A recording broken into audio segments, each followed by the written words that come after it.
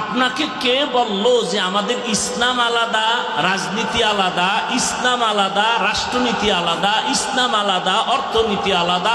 আপনাকে আলাদা করার অধিকার দিল কে? আপনি জানলেন কিভাবে?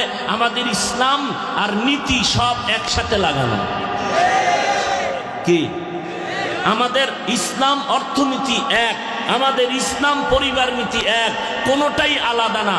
যেখানে পরিবার নীতি সেখানে ইসলাম, যেখানে ইসলাম সেখানে রাষ্ট্রনীতি, একটাও আলাদা না। বলে কেমন মিলানো?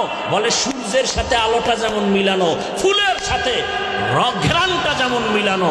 ফুল থেকে ঘ্রাণটা আলাদা করলে ওই ফুল যেমন ফুল থাকে না, রাজনীতির থেকে ইসলামটাকে আলাদা করলে ওটা রাজনীতি থাকে না, দুর্নীতি আর প্যাটনীতিতে পরিণত হয়।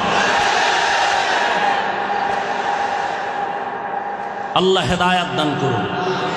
করার জন্য ভারত আছে, এই মাটি মুক্ত করা হয়েছে আল্লাহর কোরআনের শাসন কায়েম করবার জন্য।